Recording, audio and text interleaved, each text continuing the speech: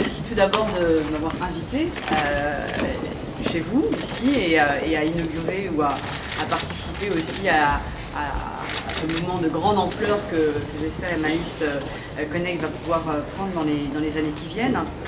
De m'avoir invité à ce lancement et de me présenter tout à l'heure précisément peut-être l'initiative qui est, je crois, une initiative tout à fait bienvenue et absolument complémentaire de celle que mène l'État pour lutter contre la fracture numérique, fracture dont on sait bien qu'elle est à la fois sociale, géographique et générationnelle.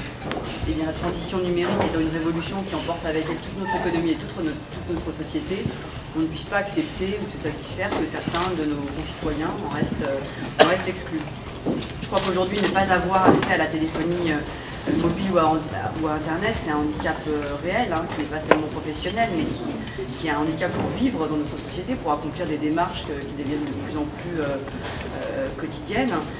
C'est trouver un travail, c'est acheter moins cher, c'est se loger ou simplement maintenir un lien avec ses proches ou avec le monde extérieur. Donc je crois que c'est absolument indispensable aujourd'hui d'être relié par les moyens de communication électronique.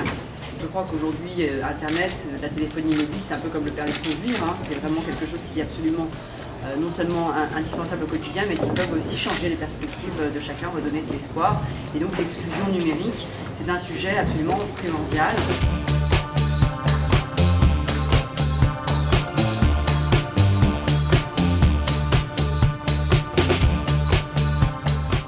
Emmaüs Connect, c'est une nouvelle association du mouvement qui a été créée très récemment pour pouvoir porter plus loin une initiative que nous avons développée en 2010, il y a 3 ans, avec SFR. Aujourd'hui, on passe à un niveau national. On a de grandes ambitions de pouvoir traiter de manière efficace et concrète la fracture numérique qui aujourd'hui est un fléau qui a ça de terrible, il est invisible. Donc après 3 années d'existence de ce programme, 3 années d'études à comprendre et aussi à commencer à déployer sur Paris, Stéphane, notre ambition c'est maintenant de déployer ça dans toute la France. Alors bien sûr avec Emmaüs, mais aussi avec d'autres associations locales, pouvoir ouvrir dans toutes les grandes villes de France et puis de continuer de le faire ensemble parce que l'offre, c'est très important. C'est vrai que passer de 5 000 à 100 000, c'est pas une mince affaire. Donc c'est votre métier de savoir adresser les bonnes personnes qui pourraient profiter de cette offre. Et nous, c'est d'essayer de vous accompagner. Mais ce changement d'échelle nécessite de rajouter une partie prenante, c'est le client. Et on va faire une option solidaire pour que les clients puissent... on leur propose de donner 1 € par mois sur leur forfait pour nous accompagner. En association avec vous, on a grandi, on a compris ensemble ce qu'attendaient les bénéficiaires. Ce qui correspond très bien d'ailleurs à la stratégie de SFR, qui est être l'acteur de l'ascenseur digital. C'est notre promesse. Et l'ascenseur digital, ce n'est pas seulement pour les geeks qui veulent toujours plus d'innovation. Ça, on leur offre à travers la 4G. Mais l'ascenseur digital, ça commence au sous-sol, ça commence avec des personnes qui n'ont pas accès à une identité qui serait une identité numérique en fait.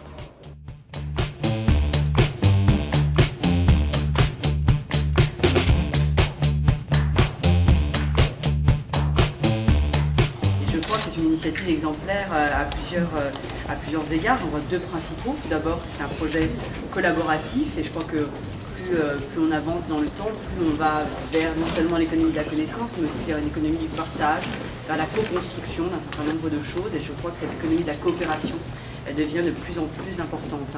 Et donc, il associe le savoir-faire d'une association à l'ancrage d'une collectivité locale. Donc, je remercie aussi beaucoup l'investissement des collectivités territoriales dans cette initiative.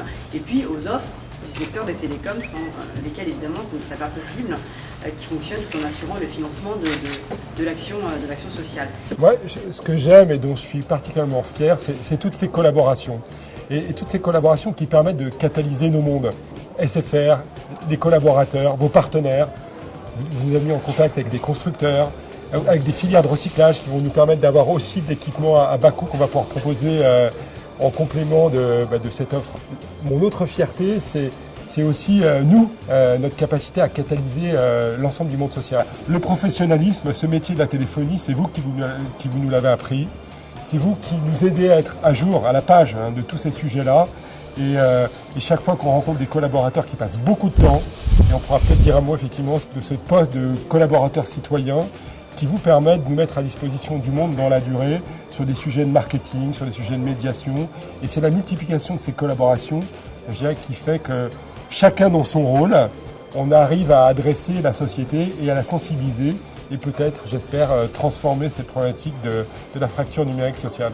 Mais ils le font avec plaisir, parce que c'est vrai que c'est quand même du temps qu'ils donnent, de leur temps, et nous on contribue, pour ceux qui ont le statut collaborateur citoyen, on abonde en jours de RTT pour ceux qui s'investissent, donc c'est un cercle vertueux et tout le monde s'y retrouve.